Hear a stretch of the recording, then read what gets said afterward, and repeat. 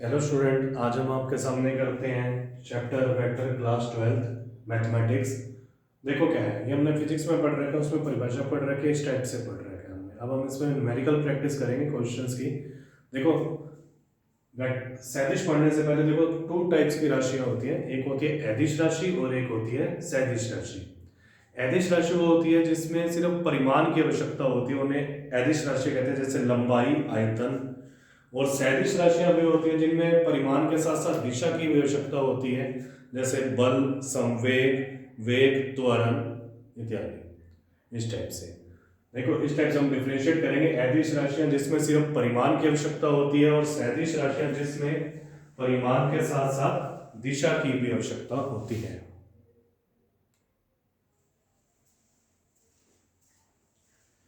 अब देखो, ऐसी राशियां जिसमें परिमाण की आवश्यकता होती है अदिश राशियां कहलाती है, जैसे लंबाई, क्षेत्रफल, आयतन। इसमें जैसे मीटर, सेंटीमीटर, एरिया और आयतन, इसमें किसी भी कहीं भी दिशा की आवश्यकता नहीं होती। ऐसी राशियां जिसमें परिमाण के साथ साथ दिशा की भी आवश्यकता होती है सदिश राशियां कहलाती है।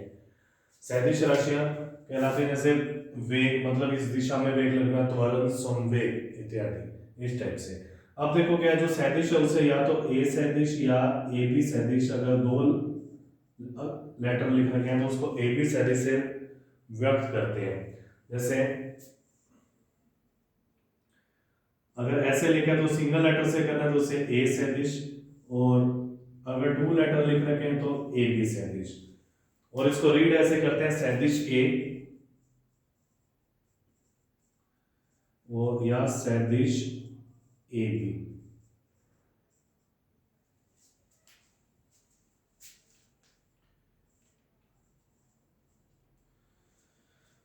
अब जहां से ये सदिश स्टार्ट हो रहा है, जिस बिंदु से, उसे कहते हैं प्रारंभिक बिंदु, और लास्ट वाले को कहते हैं अंतिम बिंदु।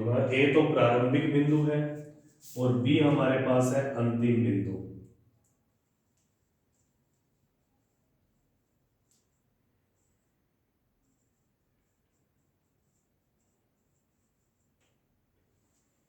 सदिश की लंबाई को सदिश का मापांक कहते हैं, मापांक।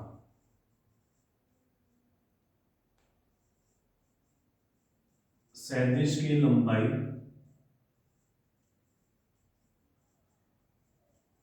सदिश का मापांक या परिमाण कहलाती है।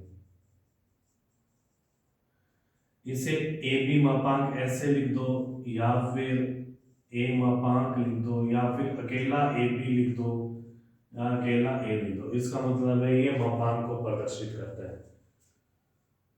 ओके, अब इसको नोट कर लो आप।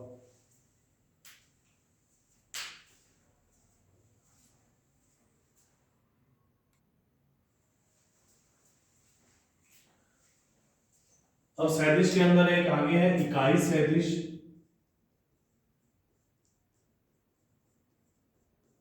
या एकांक सदिश। नाम से क्लियर है, जिसका परिमाण एक होता है उसे इकाई सदिश या एकांक सदिश कहते हैं। इसको निकालने का फॉर्मूला इसे एक कैप से शो करते हैं। इसको निकालने का फॉर्मूला है सदिश के बटे में इसका परिमाण। ऐसा सदिश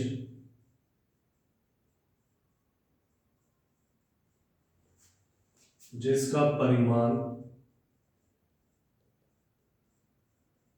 एक हो उसे क्या कहते हैं, एकांक सदिश। ये सदिश की दिशा में ही होता है। जनरली से ए कैप से लिखते हैं, बी सदिश होगा तो बी कैप, सी कैप, इसी टाइप से। अब इसके बाद है शून्य सदिश। अब भी ये नाम से क्लियर है, ऐसा सदिश जिसका परिमाण शून्य हो, जीरो हो, उसे शून्य सदिश या जीरो सदिश से व्यक्त किया जाता है। इसके बाद है स्थिति सदिश। स्थिति सदिश को हम पोजीशन वेक्टर भी कहते हैं, पोजीशन वेक्टर, स्थिति सदिश।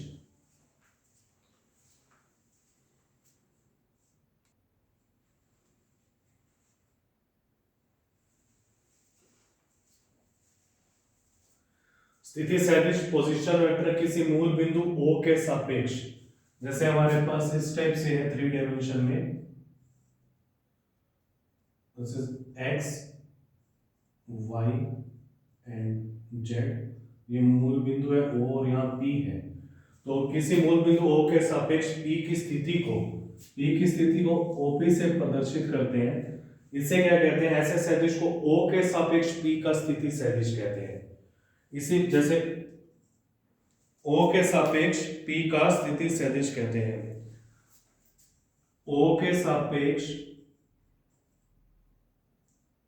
P का स्थिति सदिश, इसको लिखेंगे OP। O के सापेक्ष Q का स्थिति सदिश अगर लिखना हो तो हम इसको लिखेंगे OQ सदिश। मतलब क्या है? स्थिति सदिश में जो प्रारंभिक बिंदु होता है वो मूल बिंदु होता है। ऐसे ही अगर हमारे पास AP सदिश है तो A का स्थिति सदिश, A के स्थिति सदिश जो होते हैं OA को A वेक्टर से लिखते हैं और B के स्थिति सदिश OB को B वेक्टर से लिखते हैं। स्थिति सदिश पोजीशन वेक्टर। अब इस डेफिनेशन को नोट कर लो, आगे इसमें यूज होगा।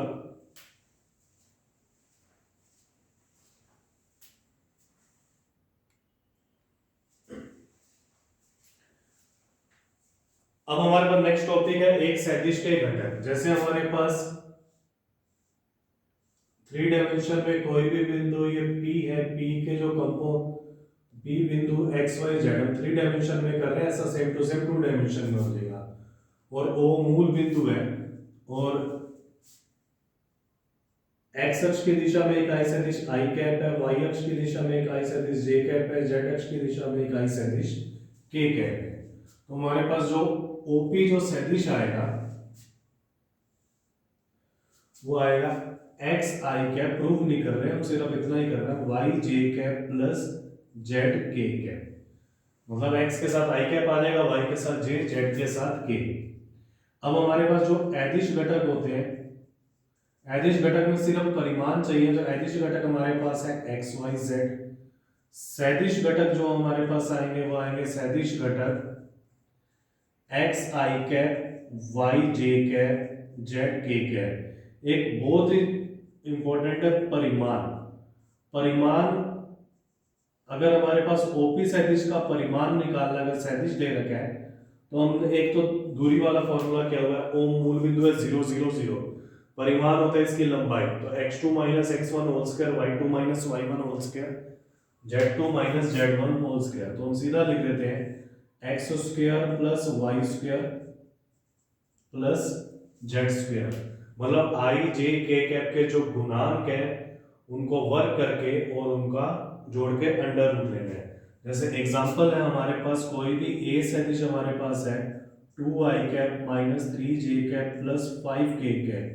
अगर हम इसका मापांक निकालना चाहें तो 2 का स्क्वायर मतलब 2 का वर्ग 4, 9 और 25, तीनों को जोड़ देना, माइनस का वर्ग प्लस होता है तो यह आ जाएगा अंडर रूट 38।